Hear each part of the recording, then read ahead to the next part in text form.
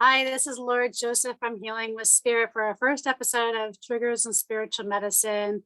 My guest today is Ukumbwa Sati from Men's Work. We're here to talk about how we inadvertently, as Americans, tend to not even realize, but we can sexualize young children and do it in a way that we don't even realize it. And we're going to have this conversation, but we're also going to share some pearls as far as what you can do, how you can build awareness, and how can we shift this culture of abuse that we are all kind of a product of. To kind of give you a little scope, this is stemming from a result of a photo, very kind of innocent photo that was posted on social media of three boys. Two of them had signs in front of their genital area, blocking saying car washed, and it kind of gave the impression that they were naked, and the impression was that there was this naked thing and there was a sexualization thing, and it was all about promoting having adults view them and adults laughing thinking it was okay.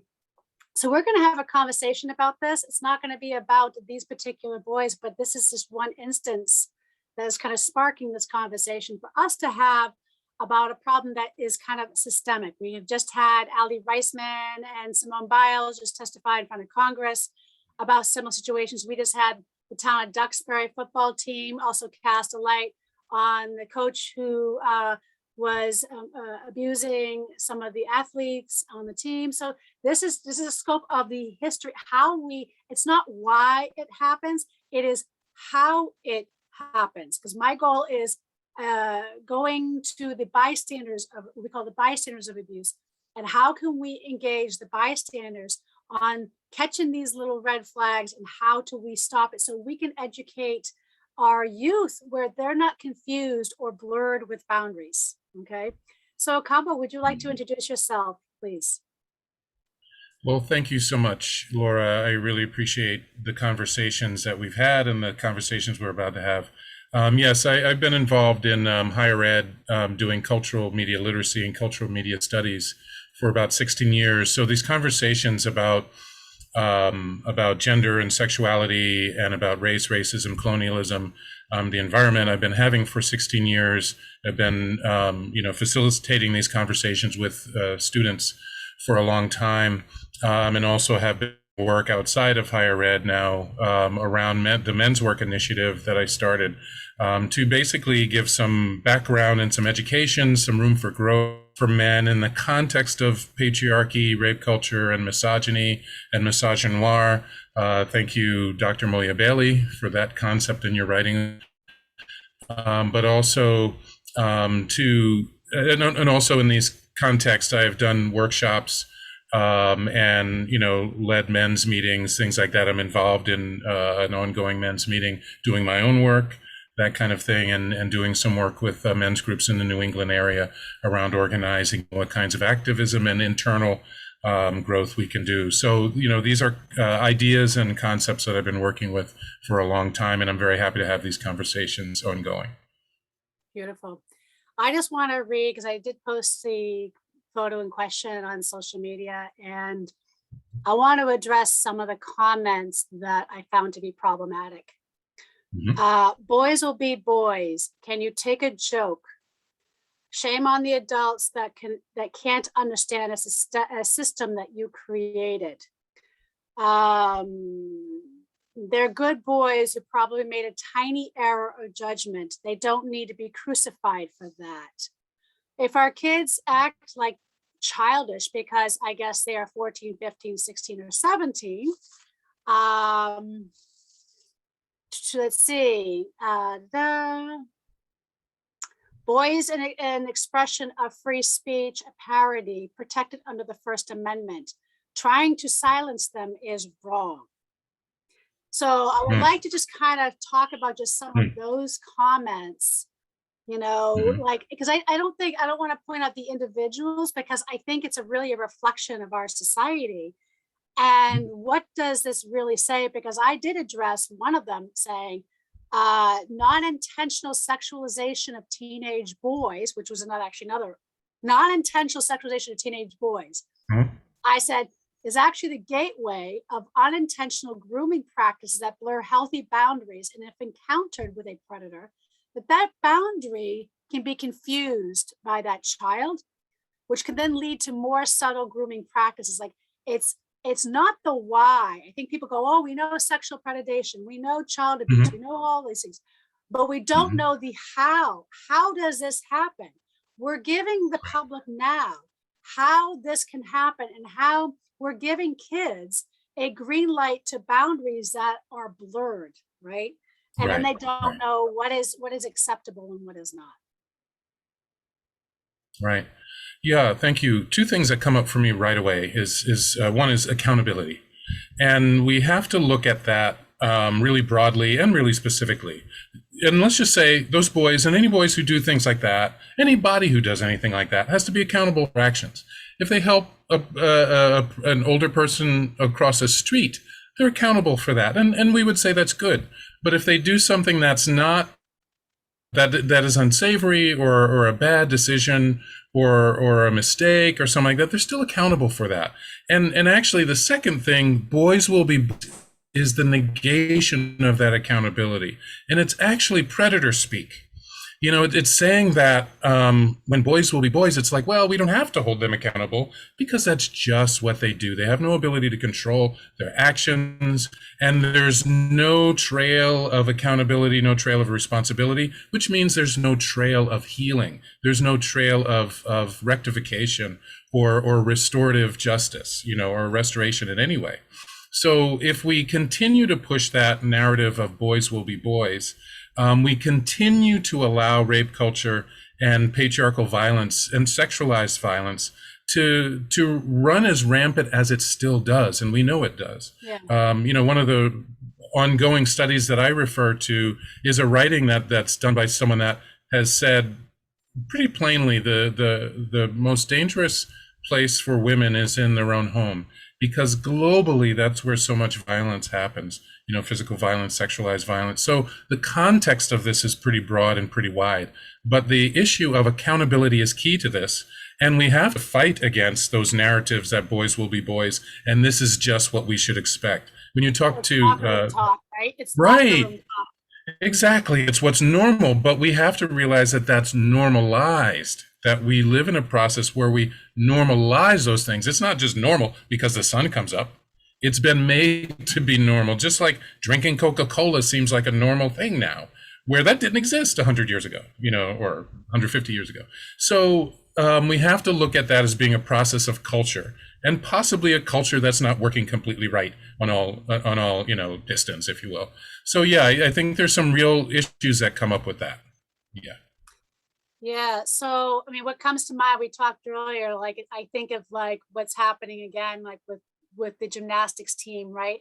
And even how the FBI covered up the abuse that, you know, 100 girls were raped by one person, right? And they were all minors, right? So it's like, here's a problem. Houston, we got a problem, but even this goes to show you the culture that we have created. Right. You know, we also elected a president who had, I forget how many accusations of rape, and how many women and people didn't even care. Like, that's just, well, like, that's not a big deal. And we even talked about Brock Turner, right? And yes. And how that person was actually caught in the physical act of raping somebody, and how the system basically said that they were more concerned about ruining his life than the life he just ruined. Right? Exactly. And no accountability. Like, his life was more important than the woman, right? Right. And basically they were saying that boy, Brock Turner, will be that boy, meaning that will allow him to be that boy, that will allow him to be a rapist, you know, and will allow him to continue to do these things because we're not making him accountable to his actions, like you said, even though he was caught in the act and had to be pulled off of his target, the person he was raping at that moment, by two other human beings who gladly, greatly came to her aid. But yeah, that ability is taken apart there, and survivors pay high prices for that, high emotional prices, just like the women who, you know, are talking about Larry Nassar, and let's name him. Larry Nasser and his connection to what I believe is the University of Michigan. And, one of the things, again, as we have talked before, that really sticks out for me is a quote from the movie Spotlight that is obviously about the systemic levels of child molestation and rape within the Roman Catholic Church. And actually, that's a global issue. It's not just a United States issue where a Boston movie Spotlight was set. But one of the things that came out of that movie was, if it takes a village to raise a child, it takes a village to abuse one. And we clearly see that situation in the Olympics with Larry Nasser, with all the people that looked the other way, the FBI that looked the other way, said that this was not a big issue. There's similar issues with not only Harvey Weinstein, but I'm thinking Jeffrey Epstein. Yeah. That people knew about this and looked the other way. So there's a culpability and an accountability that's communal, if not national. It's clearly systemic, because if you can have a whole university or a whole, United States authority like the FBI, or of course, police systems will sidestep these issues. The systemic nature of all this is, reveals a rotten core, to the systems and to the culture, which I tend to call anti-culture. Because culture is about growth. And when you have these systems of oppression that exist and don't get addressed, we allow that to fester. We allow that that destruction, that oppression to fester. And that is anti-culture to me. Yeah, I think like in this case, like what triggered this whole thing initially for my conversation was when I saw this photo was I saw adults promoting the insinuation of naked boys to wash your minor naked boys to wash your adult cars, right? We already know that that's been happening for hundreds of years, right, with women. Because I know I got challenged with, I go up, but I saw girls doing that and being promoted that way too. I go, I would have said something too, because that's just how I am.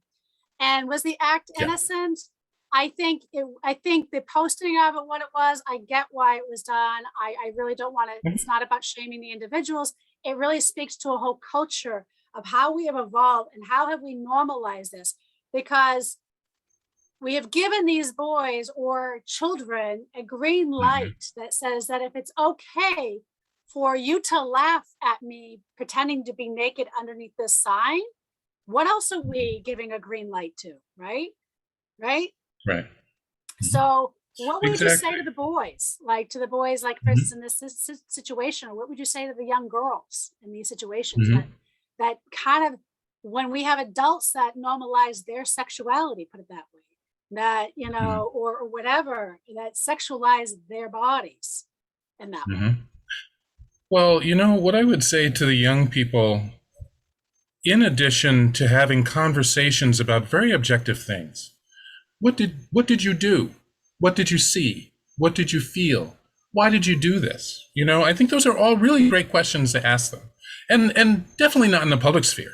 These young boys and any girls or others that participate, in these kinds of sexualized activities in public, we need to have these conversations. But what I would say directly to the young people is to turn this back to adults and to say, hey, how come if there's some, challenge to this behavior that we did that we thought was normal, why is it that, you are supporting us in this kind of way? What is it about adult culture that brought this to us? Why do we know this as a normalized thing? And again, that's an objective conversation, but to say, adults, where is your guidance for our safety? Where is your guidance for having healthy conversations about nudity, about sexuality, about relationships, communal relationships, interpersonal relationships, platonic relationships? And, as you've mentioned, a lot of these boundaries get blurred. We talk about, friend zoning, how men friend zone, or get friend zoned, meaning that there's some entitlement to women's bodies that men expect, that, oh, I'm in the friend zone. That's a horrible thing. No, that's not. But again, I'm just saying that to say that there are definitely, like you suggested, some really blurred lines that, and I have always fought. Issues, right? It creates safety issues. Right. Exactly. And I've, kind of for years now have been, battling, with other men online sometimes, or having disagreements about these gray areas, especially talking about consent and sexual safety, because a lot of us will say, well, you kind of don't know if they really wanted this, or well, did they say that? Did they say they wanted it? Did you have a conversation about that?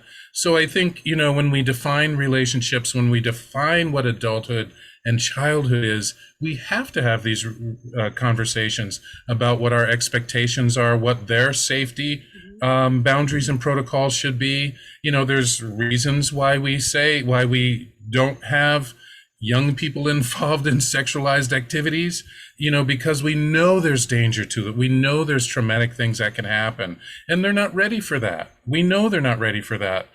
So these issues that I think young people can just reflect all of this back to adult culture, because anything that the children are doing, they have seen from us.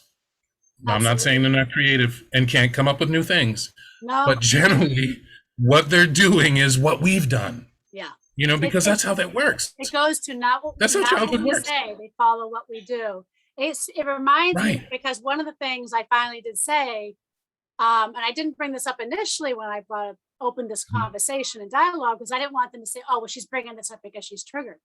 No, I was trying to bring up, like, I was a child growing up in the same town. I was taught about stranger danger. I was taught about, well, if somebody comes and approaches you, come help me find my doggy, but I still did it anyway at the age of 12 when I was sexually abducted and brought behind a funeral home in my town, literally 1 block from my house that I grew up in. Okay. And I did say no. They didn't take it a step further. Did they cop a feel? Yes. Did they do all those things? Yes. But I looked at it it didn't go further than that. So it was my fault because I didn't listen. And so I self-blamed, and I never talked about it until I was over 45 years of age. Why? Because I saw, like I saw the adults here doing, that they were defending a bad action.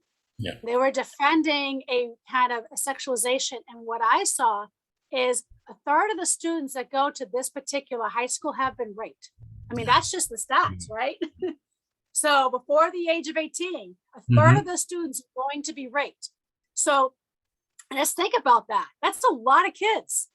It's a lot of kids in one high school, right? That's a horror show.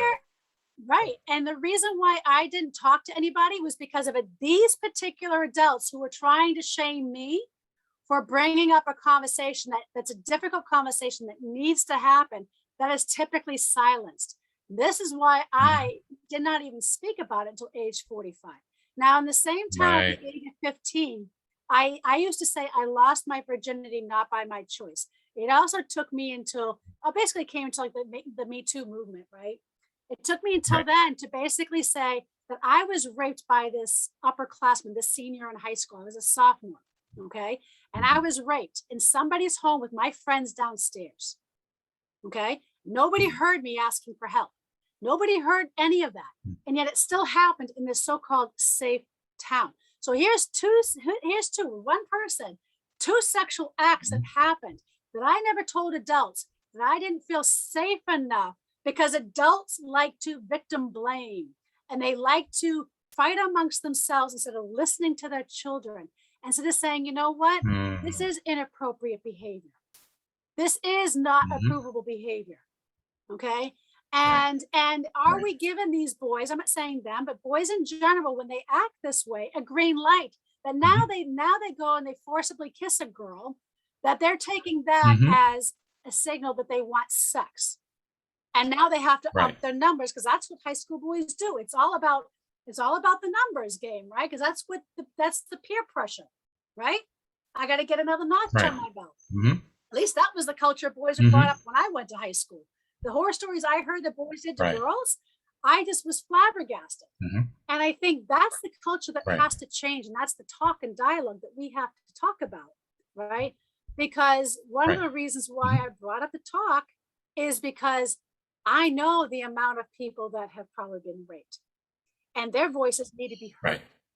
So do I. Their voices need to be heard. So what would you say to those victims, those children that might even see this video or might see the conversations, what would Mhm. you say to them that Mhm. don't trust the adults, that don't feel like they feel safe, or that maybe they're self-blaming, saying, well, I didn't listen to the cues, or because they did blur the boundaries and they didn't realize what they were getting themselves into because they didn't know what a healthy boundary looks like because they were Right. told that this phenomena of pretending to sexualize nudity underneath the sign is okay Right. and attract adult attention. Right. Right.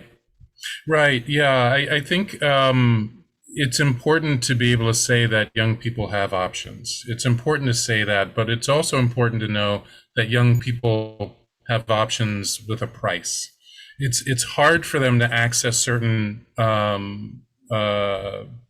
resources and things like that if they're under the age of 18, to advocate for themselves in a situation where they may have been or where they were sexually exploited or assaulted or raped.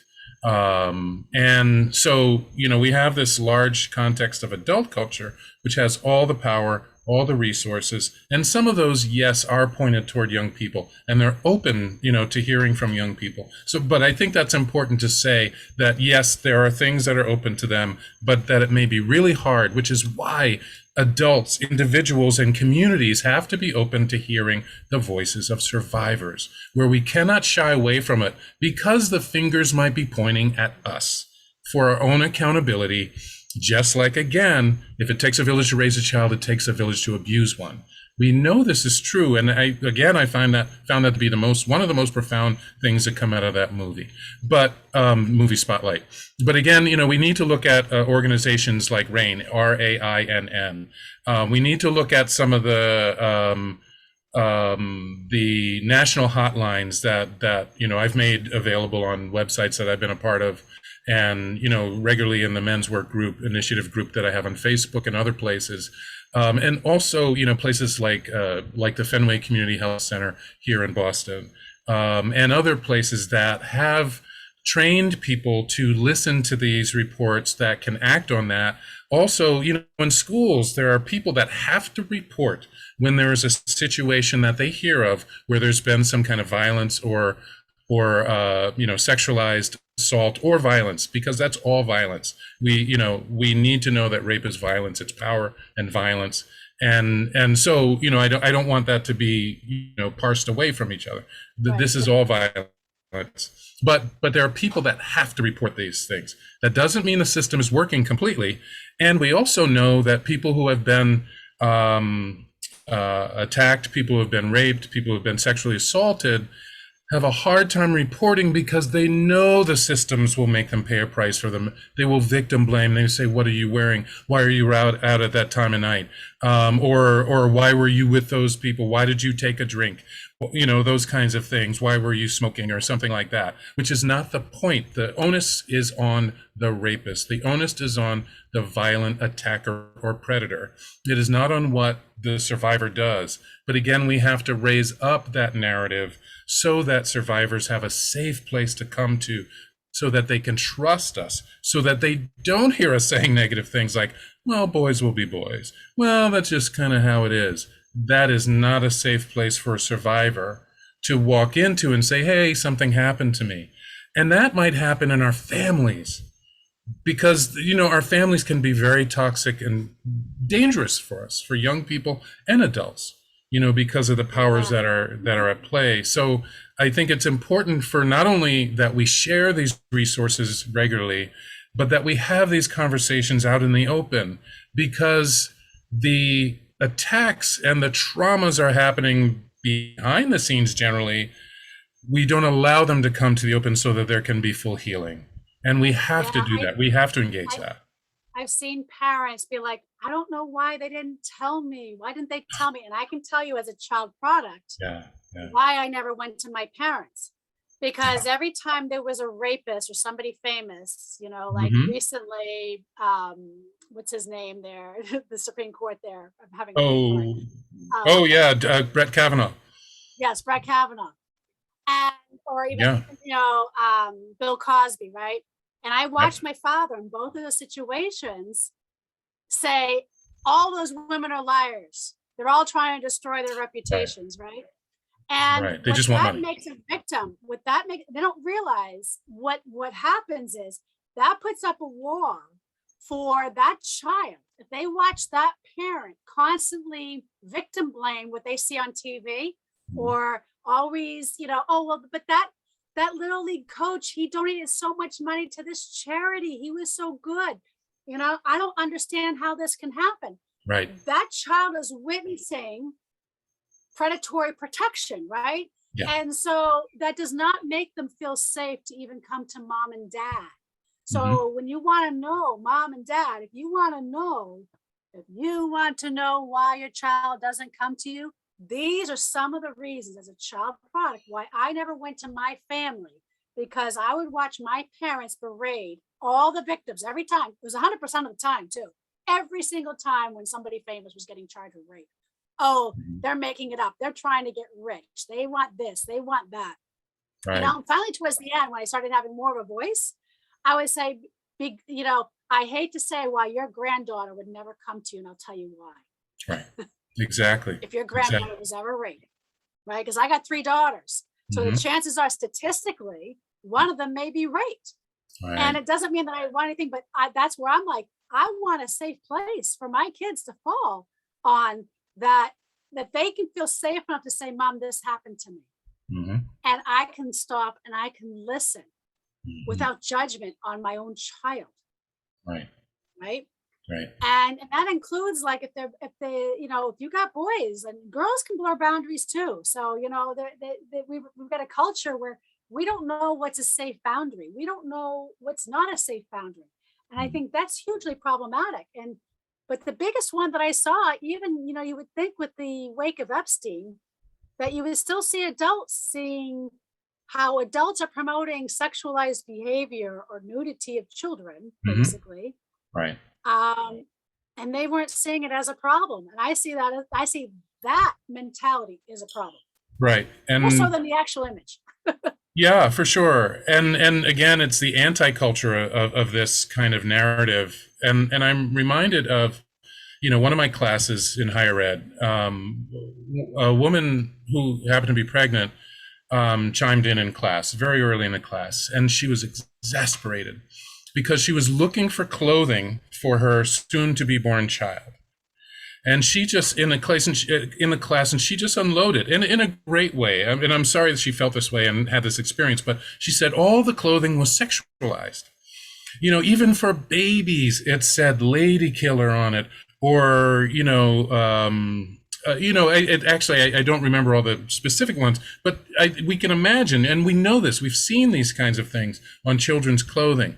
Where, it's lady killer, or going to make the boys, do this or that or something like that. And there's this sexual context that is put into the narratives of how we even see our children, our babies, and so this woman was completely frustrated by this and wanted her child, whoever they were, to have a context of normalcy, in the sense of that they are a child, not to be sexualized at this point, or not to have people even look at them in a sexual way. That shouldn't, let's just say that shouldn't happen until they're pretty much adults, I think there's a really problematic nature to all this, and that we do have to see this larger context of how we tell these stories of sexualization, and to the degree that adults have to come clean with each other. And when we see survivors struggling against that anti-culture, and when we see children not able to talk to us, going silent, their behavior might change at a certain time, and we think, oh, well, this is just what teenagers do. Wait a minute. No, that's not what every teenager does. Not every culture does that, where your child disappears from you when they're in their teenage years. Many times that could be a really dangerous thing that's happening to them, but they don't feel comfortable to talk to you because you haven't set up a context of safety and respect for who they are as human beings. There's a lot of talk in the consent conversations, and I've done some consent training with Jessica Mortel and others around issues of do our children have to hug and kiss certain people, in our family? And if they say no, that they have a boundary, we should be respecting that. We should be respecting whether they want to be touched, or to be held or not held, or to talk to a certain person. Yes, there's all these issues about respecting your elders. I get that. That's deep in African culture from which I come. But there are also issues of, hey, is Uncle Frank safe? And maybe this child doesn't feel safe around Uncle Frank. And we have to respect that. And if we don't respect that, they're never going to come to us when something happens. And something may have already happened. And if we're not open to that, this is horror. This is horror for children. It's horror for adults when we don't get listened to. And I come from a trauma background also, recent and less clear in my, much distant past, my childhood, but I know it's there. And it's completely difficult to know that you've got brick walls around you instead of hearts who are open and have that empathy and understand your situation and want to hear it. Absolutely. I mean, it kind of brings me to mind of like what are we really teaching, right? What are we really teaching? Right.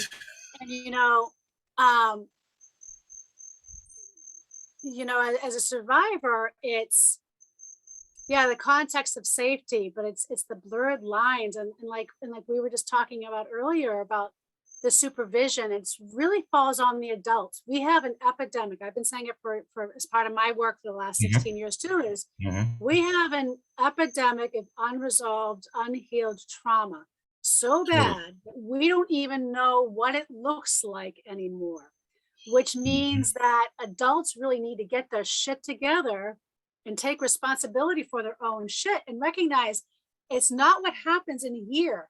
It's that operating system. It's that trauma loop, that it's operating system that's running behind the scenes, that forms beliefs, that forms normalization. And then there might be signs that your children are doing and you're not even catching it.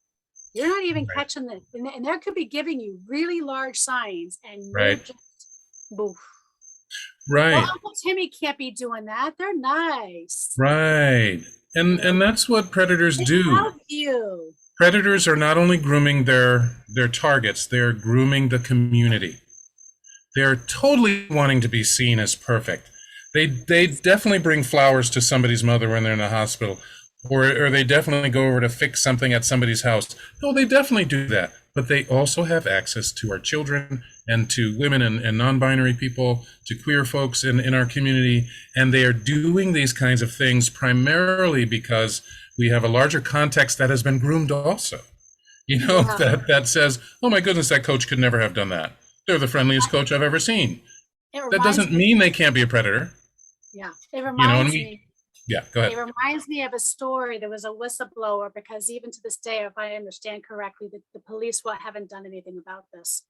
That was a whistleblower in a community in just west of Massachusetts, just southwestern Mass. And this person was approved by multiple high schools to lead youth groups out of the country. And he befriended them. He groomed them. He welcomed them in his home anytime, day, night. They had an argument with mom and dad, come on over. And he made sure, he was so good that he waited until they were 18. And then when they had a little biff with mom and dad, what they would do, they come, because now, well, he's my friend. He's the only one I can trust, right? And set up the scenario, take my bed, I'll sleep on the sofa, and then set that scenario up. And then these children, because he waited until they were 18, and some of them he tried to do outside the country, okay? So that way US laws don't apply. And they would wake up at 2:00 in the morning, him raping them, telling them that he was excising their demons to trust him. Okay. And the amount of women he raped, there's quite a few of them, but a lot of them won't come forward. I mean, I know of a healer that has been accused by multiple women of raping, and he had groomed them so well that he told them that it was under the guise of religion, that some things may deem sexual, but they're not. So it really goes to a blur of boundaries. And especially as a trauma survivors, once their trust is broken, they don't know what a healthy boundary looks like.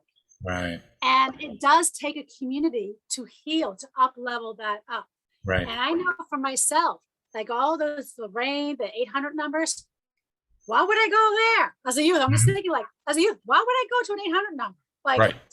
I mean, I want to spill my shit over to like an 800 person on the other end. I don't think so, right? Because what I was doing was self-shaming. I was self-blaming. I like, even when I was raped, losing my virginity to a rapist, I looked at it as, how did I not see the signs? How did I could have stopped this. Why didn't I say no hard enough?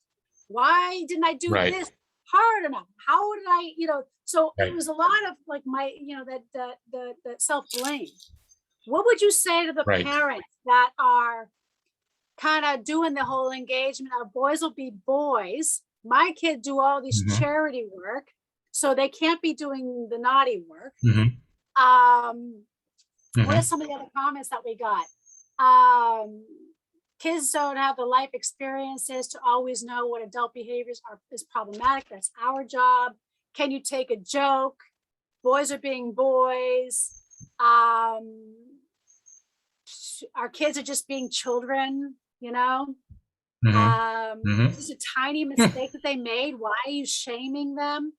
So what would you say to parents that might be exhibiting this type of behavior when their kids behave poorly? Yeah. Two things again. Boys will be boys because men have been men. And men have been problematic men, to be more clear. We have done that. We have to own that as men. That we are, some of us more than others, the creators and sustainers of patriarchy, of rape culture, of misogyny. There's that. The other thing we need to look at is when we say boys will be boys, why is it always problematic when we say that? Now, when we never have a boys will be boys party when, say, I just learned that there was this young man who stood in front of a door at Parkland, the Parkland shooting, I believe in Florida, and he sustained 5 gunshots to his body, protecting the children in the classroom. And I didn't even know about him till this Facebook post. Facebook has a lot of problems, but yay, Facebook. That's how humans communicate right now, in part. So anyway, why is there no boys will be boys party for that young man? No one ever, we barely even know that he existed. But when we say boys will be boys, it's usually to excuse some really questionable, if not dangerous or not horrific behavior.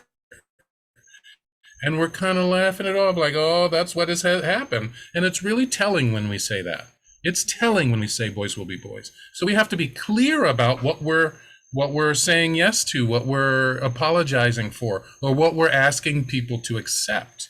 That these boys have been problematic boys because men have been problematic men. And that's the connection. But that's the piece that we don't want to look at. Again, the accountability of the culture that holds the children that are now acting out in ways that want to act like we're surprised at. And the only reason we're surprised is because we haven't looked at our own behavior and what its effect on each other are.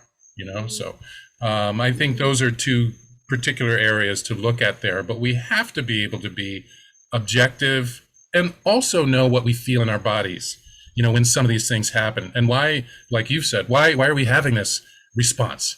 Why am I jumping up in this kind of reactive emotional way instead of saying, wait a minute, yeah, that wasn't cool. That wasn't cool what happened. It's not okay for boys to make believe that they're naked, to get people to do a car wash, and it's not okay for us to allow young girls to be sexualized in their bikinis when they do so. That also, but, like when you said, someone had said, well, why don't we talk about the girls? Because we've made that a normal kind of context where we sexualize women and don't even think about it. Yeah, if not 1,000, but right. But more generally and more horrifically, I think in this modern age, we've allowed, kind of this rampant, mediaification of these kind of activities and narratives and stories and stereotypes to become so deeply embedded. You know, when I look at old TV shows that I used to watch, and even before I was born, I'm like, wow, the misogyny is horrible. But I look at a new show like, what's it called, Two and a Half Men, or Big Bang Theory, and I'm like, oh my goodness, the misogyny is horrible here. The racism is horrible here. You know, we still have really horrendous narratives that don't just live there. You know, they may live in some of our religious texts. They may live in some of the, you know, the ideas that we just share in community, you know, in the conversations that we have, you know. So there's lots of ways that this exists, and we have to call that out. We have to destroy those roots of, you know, of this misogyny, this rape culture, and we have to call it what it is, and we have to decouple our own feelings from that. Though we have to look at our own accountability. We have to be able to look at our personal accountability, our communal accountability, and, if you will, the national accountability. And we say, hey, where are we really going with this? And how are we not loving our children fully in a healthy, beautiful way? You know, are we allowing anti-culture to continue? I mean, it goes into all the other aspects, right? Because we have 58,000 children legally trafficked by family courts every year, and some of them are to documented sexual predators. Right. So, and abusers. Yeah. It brings me to the other topic that I want to talk about, which is the difference between nudity and sexualized nudity. Yeah. I remember when this one person in the community was kind of promoting sensualized kind of services. I was looking at, because I do have a friend of mine that's a nudist, and I had to sit there and I go, what's the difference between nudity versus sexualized nudity? How does that line get put? Because again, that's like a fine line, right? And what made me think about it is, well, when she posts, say, hey, I'm naked in my yard doing gardening, she's taking pictures of her feet. This person that was already accused to be a predator was taking pictures of a coffee cup covering his genitals in the woods. And I said, to me, that's how we sexualize, because you're taking a picture of your privates, right? Basically, you're covering up your privates. You're referring to them. So the focus, right. So you're focusing on that versus I'm naked and I'm taking a picture of my feet, right? So I think I want to have like, how do we blur the lines of like what's nudity and what's sexualized nudity? Like, how do we understand the difference? Well, I think part of it is intent and impact. You know, intent and impact is not the same thing, of course. We can intend one thing, you know, and the impact of it is another thing. You know, often, you know, white people, men will say, oh, I didn't mean to hurt you. You know, I didn't mean for you to be hurt, but what you said had an impact of harm, you know, that kind of thing. So there's one thing about the intent, you know, like I think about that there are many, many cultures where, you know, people are nude together, children and adults, because, you know, they're bathing, they're doing certain things. They may not be wearing a lot of clothes anyway. So there may be that, and they are not sexualized. There may be, you know, cultures that, or what there are cultures that acknowledge that at a certain age, you know, we initiate you into adulthood, and where now there's an expectation that you might start to think about, you know, being coupled with somebody, or, you know, have a partner or something like that, that you're ready for that. And that we are also ready to hold you in that, as opposed to a society, and in those societies, many times there is not this narrative of sexualization of bodies, of people, and particularly of young people at all. Okay, and the conversations around sexuality are more open, or they are, you know, more prescribed and embedded in the culture, because there's no fear about it, and because there's no attack because of it. You know, so, you know, it is not intended for that. The nudity is not there's not an intention for that. You know, the intention for nudity in some cultures is to take care of your body, or the intention for it is to be comfortable in the environment that you're in. Right, right. Yeah. So there are many intentions for things that do not include harm. But when we live in a society where sexualization happens all the time, and I struggle against it too. I see somebody get on the bus and I'm like, oh, are they good looking around? I'm like, wait a minute, what am I doing this for? I don't even know this person. They don't want to hear that I'm sexualizing them. That's not even a thing they need. They don't want that. And it's not positive for them. So, that we have a society, and one clarity I want to make from my perspective, I don't think that sex sells. I think that we sell sex. And I think there's a difference there. We use sexuality to sell things, whether it's hair products or a car or an insurance policy. We will sexualize people within that, generally women, and to bring attention to it, to bring emotional power to it. But that's always and generally an exploitative thing, so in that context, for this culture, United States America, we live in a very sexualized culture, but we also live in one where we don't talk about sex very easily, and we talk about it really badly, because I've had those conversations with people, and around consent and sexuality, and about our bodies, things like that, how we hold that. So I think the intent and impact thing is really important in this society. In an anti-culture, we are intending to sexualize, and the impact is negative. So I guess it goes to the patriarchal, right? Where it goes boys are raised where you're a stud if you have sex before the age of 18 with 20 girls, right? But if you're a girl who actually says, I like sex, well, you're a slut, you're a whore, you're a blasphemy, So I think it goes to that whole dynamic, right? And it's not to negate that boys aren't going to have a surge of hormones and they don't know what to do with it. Right. And I think that's up to the job of us as adults. You're right. It takes a village to raise a child, but it also takes a village to destroy one too. Right.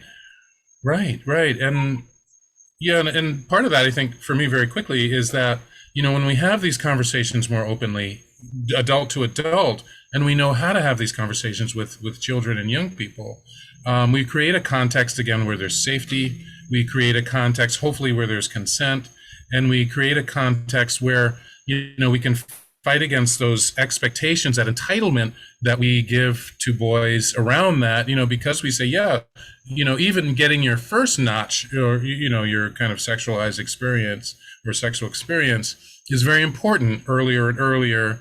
And that's a real thing. And that, again, we give a double standard or very narrow conceptions for women and queer folks, how they're supposed to be, how we allow them within patriarchy to be sexual and to be sensual beings and to be full human beings. So I think we really have to have these open conversations, but we have to really be clear about this power dynamic that patriarchy and misogyny and misogynoir, again, thank you, Dr. Moya Bailey, that we have to look at that and pull that apart and destroy that hold on us, so that we can have healthy relationships. So what would be the one thing that if you had a teenager watching this right now, what would be the one pearl you would want them to know? It's hard because there are maybe 100 or maybe 1,000, but I'm just going to go to something very simple that opens up a conversation, and it's around consent issues, that our no is enough no matter what the situation is, and our no should be respected. We don't owe anybody an explanation for why we say no to something, but depending on that relationship, it might be helpful to the other person, but we do not owe them that for whatever reason. And also, likewise, our yeses are important, which includes things like our sexual identities. Those yeses to say that this is who I want to love and this is how I want to love them. Those yeses are also important. If no is important, yes is important. And all of those need to be respected.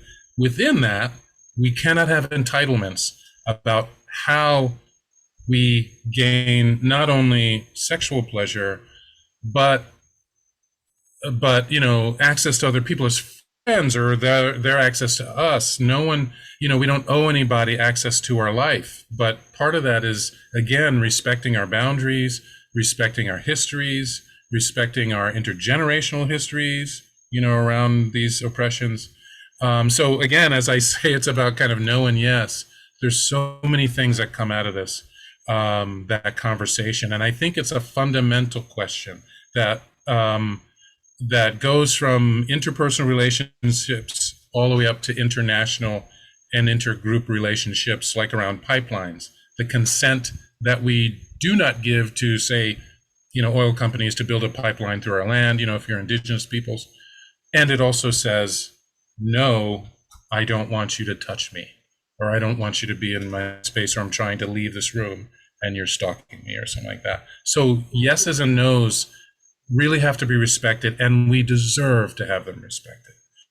Every human deserves to have those respected. So maybe that's a kernel, but there's a lot that comes from that. There's a lot of conversations we need to have around that. No, we could go on like umpteen different episodes just talking about all this stuff, right? Yes, there's a lot to talk about.